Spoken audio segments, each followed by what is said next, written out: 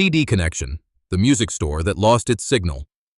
In the summer of 1985, when MTV still played music videos and the compact disc was revolutionizing how America consumed music, an ambitious entrepreneur named David Sterling opened the first CD Connection store in a strip mall in Bloomington, Illinois. Sterling had witnessed the dramatic shift from vinyl to cassette tapes, and he was absolutely convinced that compact discs represented the future of music retail. The timing seemed perfect. CD sales had jumped from just 800,000 units in 1983 to over 22 million in 1985, and major record labels were rapidly expanding their CD catalogs. Sterling's vision was simple yet ambitious. Create a chain of stores dedicated exclusively to compact discs, offering the widest selection at competitive prices with knowledgeable staff who could guide customers through this new digital music landscape.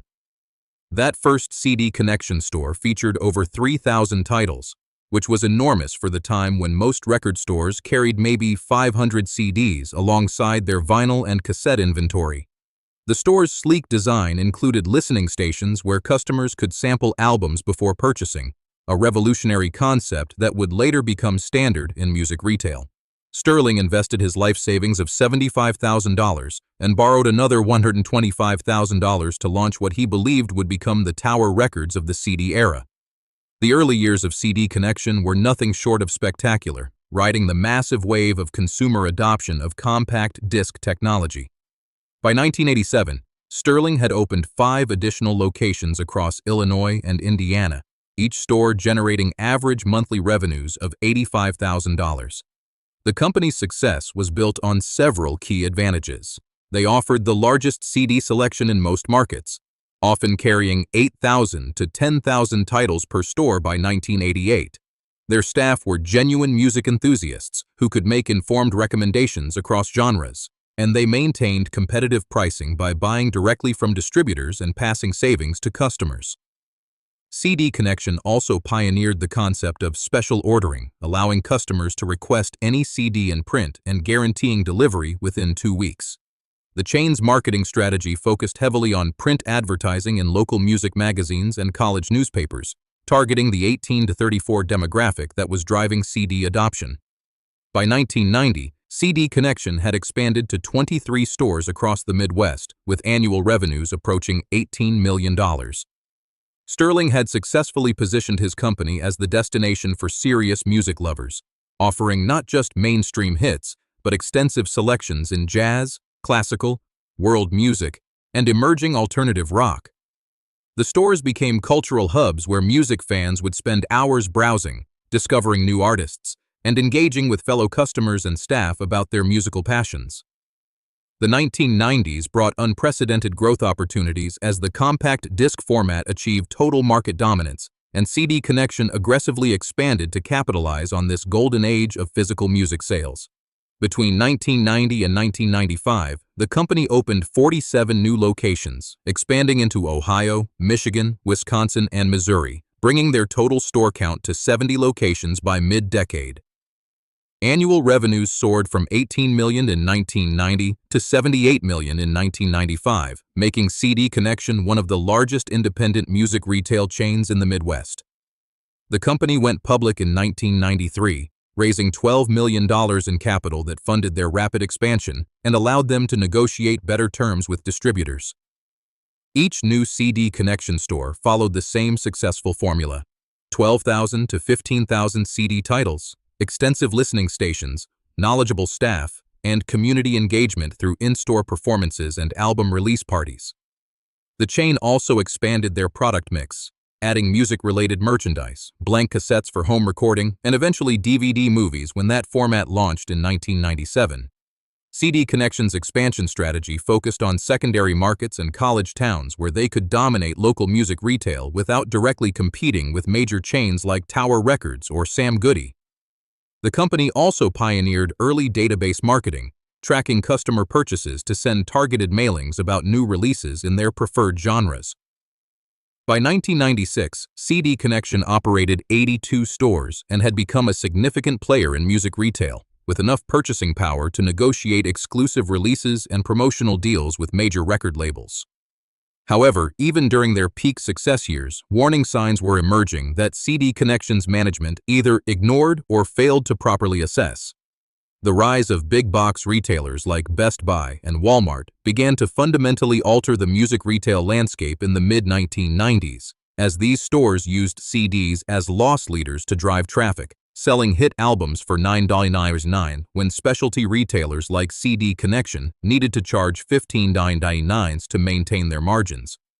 Best Buy's music section alone generated over $1.5 billion in annual revenue by 1997, leveraging their massive scale to secure better wholesale prices than smaller chains could ever achieve.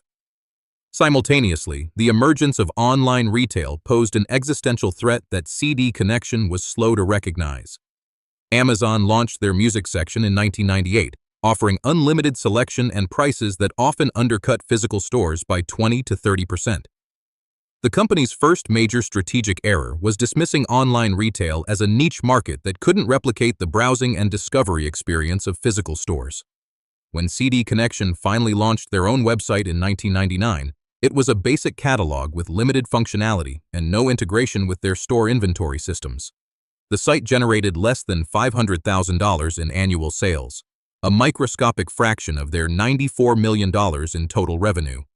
Meanwhile, music piracy was beginning to impact sales, though its full effect wouldn't be felt until the early 2000s. Napster launched in June 1999 and within 18 months had 80 million registered users sharing music files for free. CD Connections management dismissed file sharing as a temporary fad that would be quickly shut down by the music industry, failing to recognize how it would permanently change consumer expectations about music access and pricing. The new millennium brought a perfect storm of challenges that exposed CD Connections' fundamental vulnerabilities and strategic miscalculations. The dot-com crash of 2000-2001 severely impacted their stock price, which fell from a high of $24 per share in 1999 to just $3.50 by early 2001, making it impossible to raise additional capital for modernization or debt reduction. More critically, overall music sales began declining for the first time since the 1970s, dropping 2.5% in 2000 and another 2.8% in 2001, largely due to the impact of file sharing and economic recession. CD Connections' same-store sales fell 8% in 2000 and a devastating 15% in 2001, while their operating costs remained fixed due to long-term lease obligations. The company's debt-to-equity ratio had ballooned during their expansion years, and by 2001 they were carrying $23 million in debt against declining revenues. Big box retailers continued their assault on music retail margins, with Target and Circuit City joining Best Buy and Walmart in using CDs as traffic drivers. These retailers could afford to sell the top 100 albums at or below cost because music sales represented less than 5% of their total revenue, while CD Connection depended on music sales for 85% of their income. The company attempted to diversify by expanding their DVD section and adding video game sales, but these efforts were too little, too late, and put them in direct competition with even more powerful retailers like Blockbuster and GameStop. Online sales continued to disappoint, generating only $1.2 million in 2001, despite the company's investment in a redesigned website and fulfillment infrastructure. Perhaps most damaging, the rise of iTunes and legal digital music sales was clearly on the horizon, with Apple's announcement of the iPod in October 2001 signaling a fundamental shift toward digital music consumption. CD Connection's final desperate attempts at survival revealed a company that had lost touch with evolving consumer preferences and lacked the financial resources to compete in the rapidly changing music retail environment. In early 2002, Sterling brought in retail consultant McKinsey & Company to develop a turnaround strategy, but their recommendations required a $15 million investment the company simply couldn't secure. The consultants advised closing 35 underperforming stores, completely rebuilding their e-commerce platform, and pivoting toward an entertainment lifestyle retail concept that would include music, movies, games, and consumer electronics.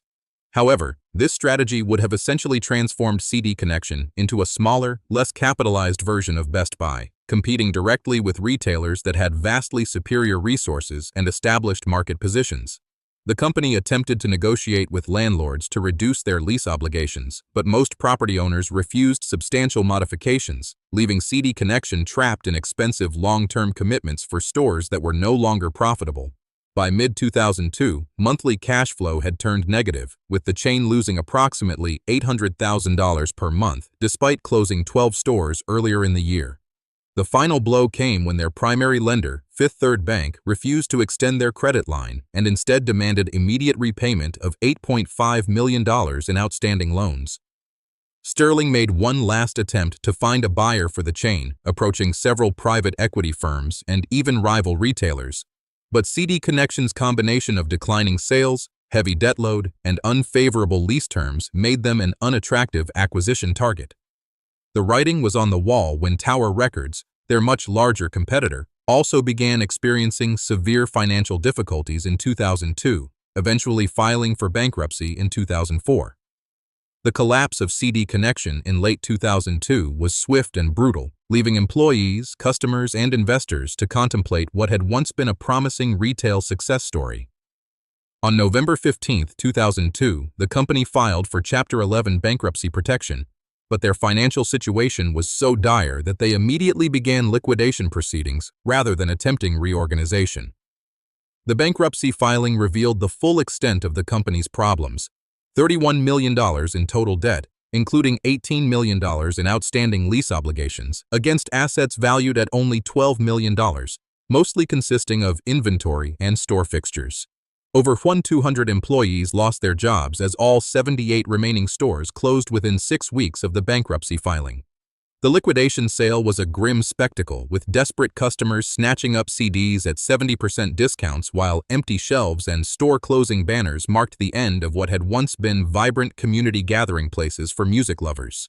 Sterling himself lost everything, including his personal guarantees on several store leases, and was forced to declare personal bankruptcy in 2003. The company's stock became worthless paper, wiping out approximately $45 million in shareholder value and devastating the retirement accounts of many employees who had invested in company stock.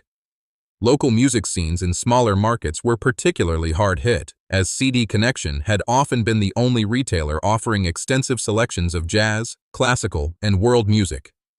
Many of these communities were left with only big-box retailers that carried limited selections focused on mainstream hits. The bankruptcy also revealed that CD Connection had been struggling much longer than publicly acknowledged, with internal documents showing that management had been aware of the company's unsustainable trajectory as early as 1999, but had continued expanding in hopes of achieving the scale necessary to compete with larger retailers. The demise of CD Connection perfectly encapsulated the broader transformation of music retail and served as a cautionary tale about the dangers of failing to adapt to technological and market changes. The company's core business model, developed during the rapid growth phase of CD adoption in the 1980s and early 1990s, became completely obsolete within a few short years as digital technology revolutionized how consumers discovered, purchased, and consumed music. CD Connection's management made several critical strategic errors. They underestimated the speed at which big-box retailers would commoditize CD sales. They failed to invest adequately in e-commerce capabilities during the crucial early years of online retail. They dismissed file sharing and digital music as temporary phenomena rather than permanent market shifts, and they continued aggressive physical expansion even as their core market was being disrupted. The company's focus on deep catalog selection and knowledgeable staff, while appreciated by music enthusiasts, proved insufficient to overcome the fundamental advantages of lower prices and greater convenience offered by competitors.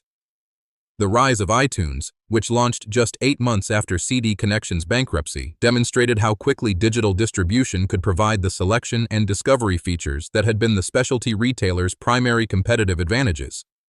Within 2 years of CD Connection's closure, legal digital music sales were growing exponentially, while physical CD sales entered a permanent decline that continues to this day. The company's story also highlighted the dangers of rapid expansion funded by debt, as their fixed costs became unsustainable when revenues declined.